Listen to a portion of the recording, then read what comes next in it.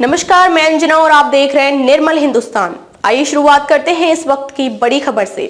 भाजपा नेता पोद्दार ने आगामी विधान परिषद चुनाव को लेकर बड़ा दावा किया है। उन्होंने बताया कि कुल 836 मतदाताओं में से अकेले भाजपा के पास 504 वोट है। यदि महायुति के घटक दलों के वोटों को भी मिला दिया जाए तो ये संख्या 582 तक पहुंच जाती है, जिससे गठबंधन की जीत पूरी तरह सुनिश्चित है। पोद्दार ने स्थानीय निकाय चुनाव में मिली शानदार सफलता का भी जिक्र किया। उन्होंने कहा कि कार्यकर्ताओं और नेताओं के बेहतरीन टीम वर्क की बदौलत जिले की 29 नगर परिषदों और नगर पंचायतों में से 27 पर महायुति ने कब्जा जमाया है, जिसमें 25 पर भाजपा और 2 पर शिवसेना को जीत मिली। वहीं जिला परिषद चुनावों को लेकर उन्होंने स्पष्ट किया कि चुनाव आयोग के नियमानुसार जहां 75% मतदाता मौजूद है वहां चुनाव कराए जा सकते हैं। माननीय काटोल जिल्ह्याचे अध्यक्ष मनोहरजी कुंभारे या ठिकाणी आहेत। माजी जिल्ह्याचे अध्यक्ष अरविंदजी गजबी या ठिकाणी उपस्थित आहेत। काटोल जिल्ह्याचे महामंत्री आदर्श पटले या ठिकाणी उपस्थित आहेत। तसेच आशिषजी फुटाणे आणि अनिकेत अंतुरकर सुद्धा या ठिकाणी उपस्थित आहेत। मी माननीय डॉक्टर पोद्दार साहेबांना विनंती करतो की आपण वार्तालाप चालू करा।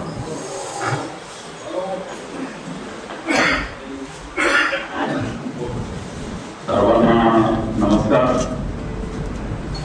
आज या ठिकाणी या पत्रकार परिषदेमध्ये उपस्थित आमचे रामटेक जिल्ह्याचे अध्यक्ष सन्मान्य आनंदरावजी राऊत, आमच्या काटोल जिल्ह्याचे अध्यक्ष सन्मान्य मनोहरराव कुंभारे, आमचे माजी जिल्हाध्यक्ष आदरणीय अरविंदजी गजबे, आमचे महामंत्री सन्माननीय त्या ठिकाणी उपस्थित सन्माननीय आदर्शजी पटले, आशिषजी फुटाणे, अनिकेतजी अंतुरकर आणि उपस्थित सर्व सन्माननीय प्रिंट इलेक्ट्रॉनिक मीडियाचे पत्रकार भगिनी आणि बंधूंनो, आज नागपूर स्थानिक स्वराज्य संस्थेच्या निवडणुकीच्या निमित्तानं आपल्याशी वार्तालाप करण्यासाठी मी या ठिकाणी उपस्थित झालो आहे।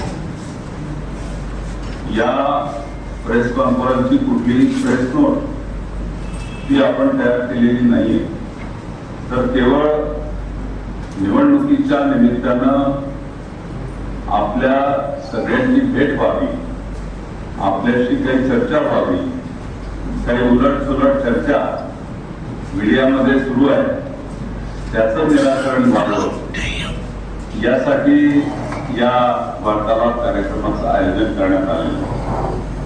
आपल्याला माहिती आहे की नागपूर स्थानिक स्वराज्य संस्था निवडणूक ही महायुतीसाठी, भारतीय जनता पार्टीसाठी अतिशय प्रतिष्ठेची निवडणूक आहे आणि या निवडणुकीमध्ये 836 मतदान करणार आहे।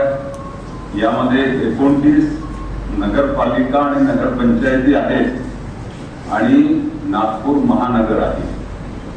जिल्हा परिषद पंचायत समितीच्या निवडणुका न झाल्यामुळे ते मतदार यावेळेस नाहीये, पण इलेक्शन कमिशननं असं ठरवलं की टोटल मतदारांपैकी 75% वर मतदार जर त्या ठिकाणी निर्माण झाले असतील तर निवडणूक घेता येते आणि म्हणून ही निवडणूक आता या ठिकाणी लागली आहे।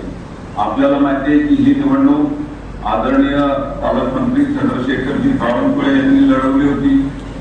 त्यानंतर त्यांनी कामठी विधानसभा लढवली आणि कामठी विधानसभा लढवल्यानंतर नोव्हेंबर 24 पासून ही जागा त्या ठिकाणी रिक्त होती, पण या रिक्त असलेल्या जागेची पोटनिवडणूक ती मतदारच नसल्यामुळे घेता येत नव्हती, कारण की अब तक ले बस इतना ही। फिर मिलते हैं एक ऐसी ही बड़ी खबर के साथ। तब तक ले नमस्कार और देखते रहिए निर्मल हिंदुस्तान। अगर आपको हमारी वीडियो पसंद आई हो तो हमारी वीडियो को लाइक करें व शेयर करें। ऐसे लेटेस्ट अपडेट पाने के लिए हमारे चैनल निर्मल हिंदुस्तान को सब्सक्राइब कर बेल आइकन प्रेस करना ना भूलें। धन्यवाद।